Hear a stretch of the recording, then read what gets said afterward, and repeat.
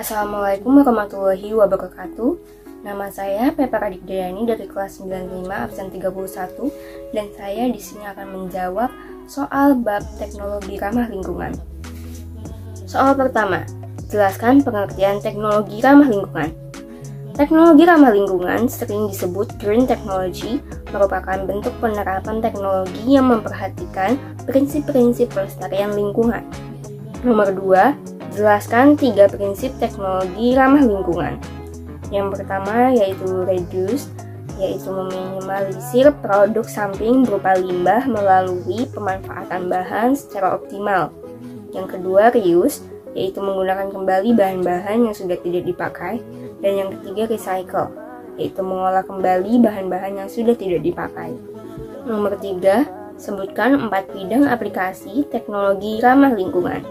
Yang pertama ada bidang energi, yang kedua bidang transportasi, yang ketiga bidang lingkungan, dan yang keempat bidang industri. Nomor 4, jelaskan 8 contoh bentuk teknologi ramah lingkungan di bidang energi. Yang pertama biofuel, yaitu jenis bahan bakar alternatif yang berasal dari bahan-bahan organik.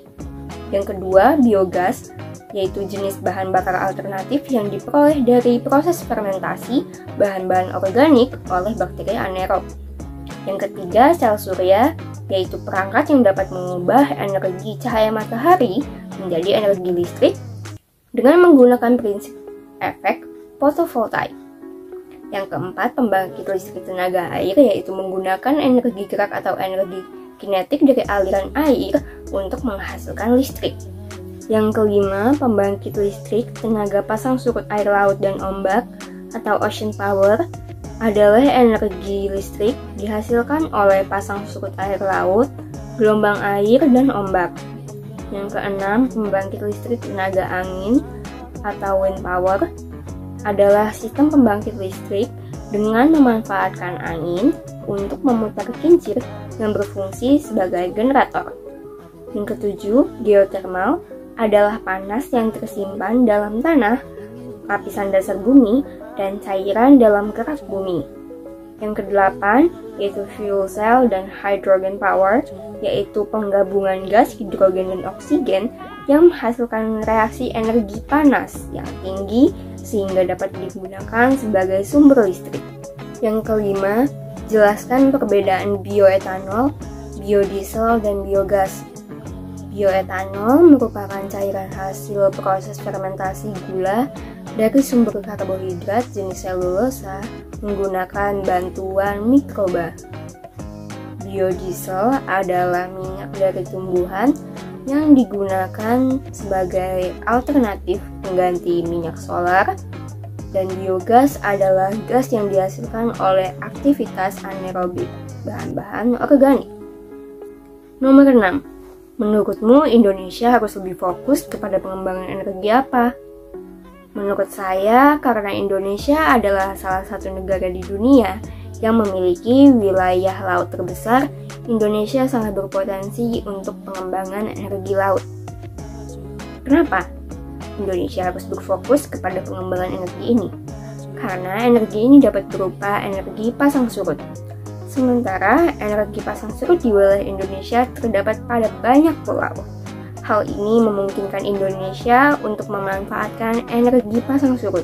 Nomor 7, konsep fisika apakah yang diterapkan pada teknologi hydropower dan wind power?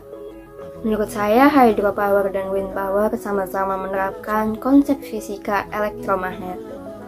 Pada hydropower, perputaran turbin dimanfaatkan untuk memutar kumparan magnet yang ada di dalam generator sehingga terjadi pergerakan elektron yang membangkitkan arus listrik bolak-balik. Kemudian pada wind power, energi angin yang memutar kincir diteruskan untuk memutar baling-baling pada generator di bagian belakang kincir angin sehingga menghasilkan energi listrik. Nomor 8, menurutmu apakah Indonesia berpotensi mengembangkan teknologi ocean power?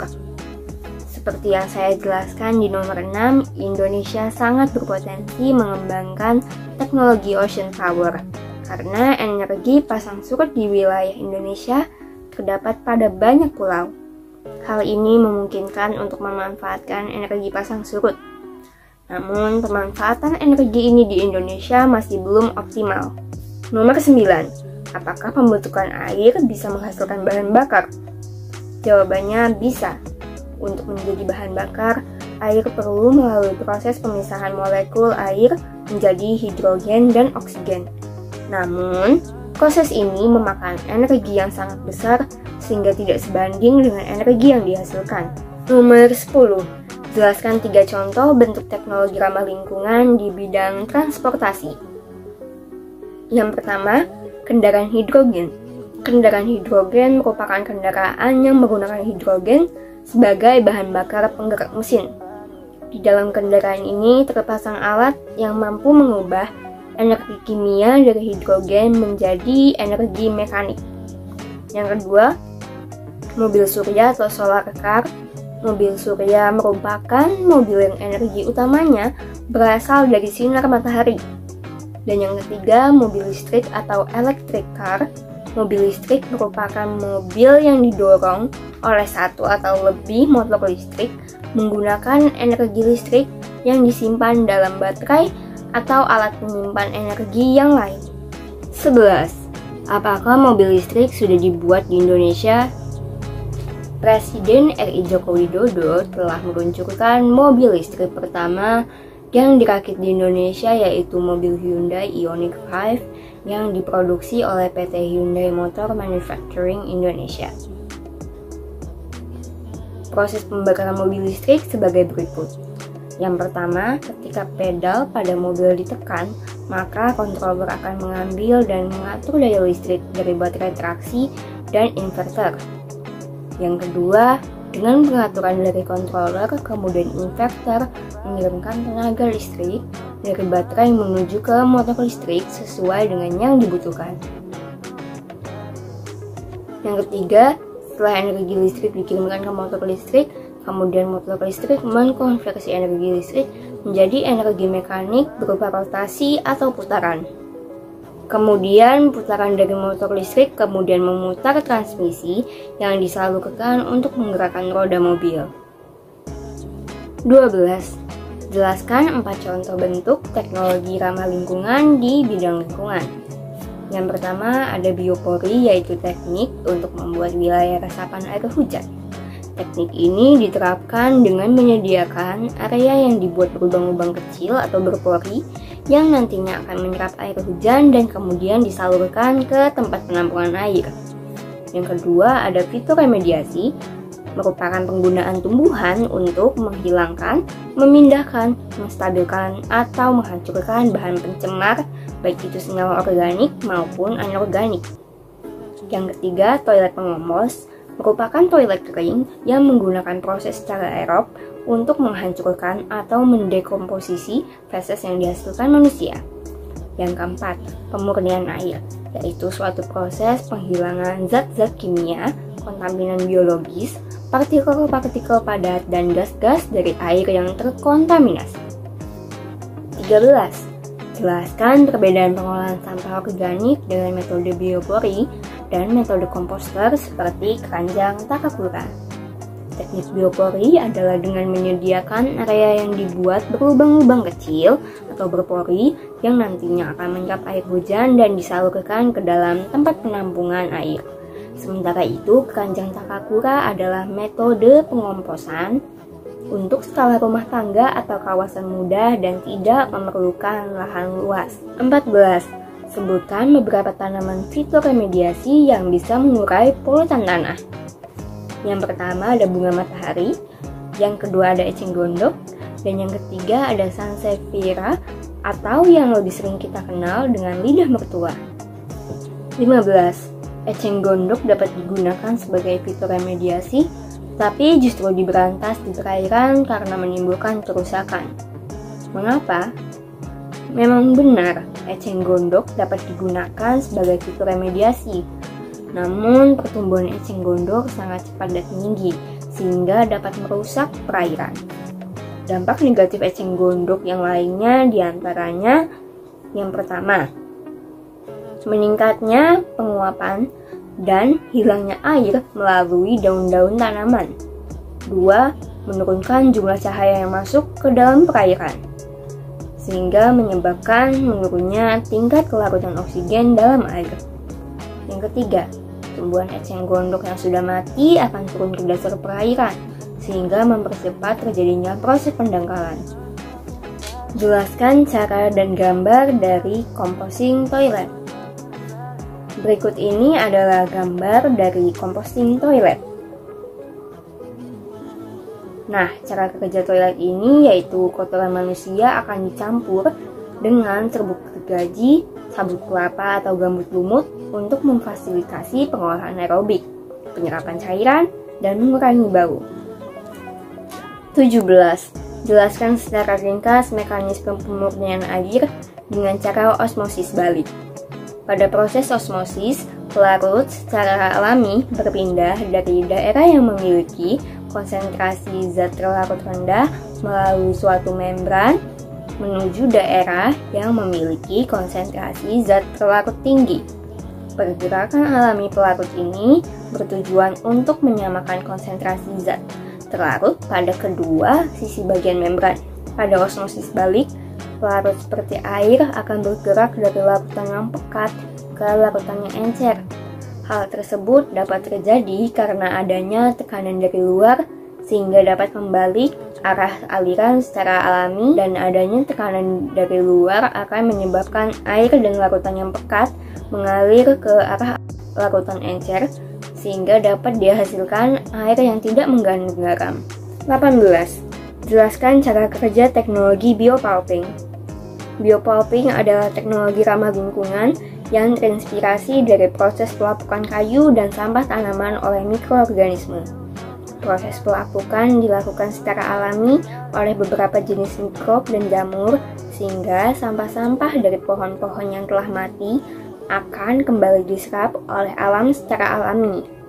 Dalam proses biopulping, bahan-bahan kimia yang merusak lingkungan digantikan dengan jenis mikroba yang dapat mengeluarkan enzim dan mendegrasi lignin. 19. Jelaskan mengapa teknologi pengolahan minyak bumi disebut teknologi tidak ramah lingkungan. Karena pengolahan minyak bumi memiliki banyak dampak negatif bagi lingkungan.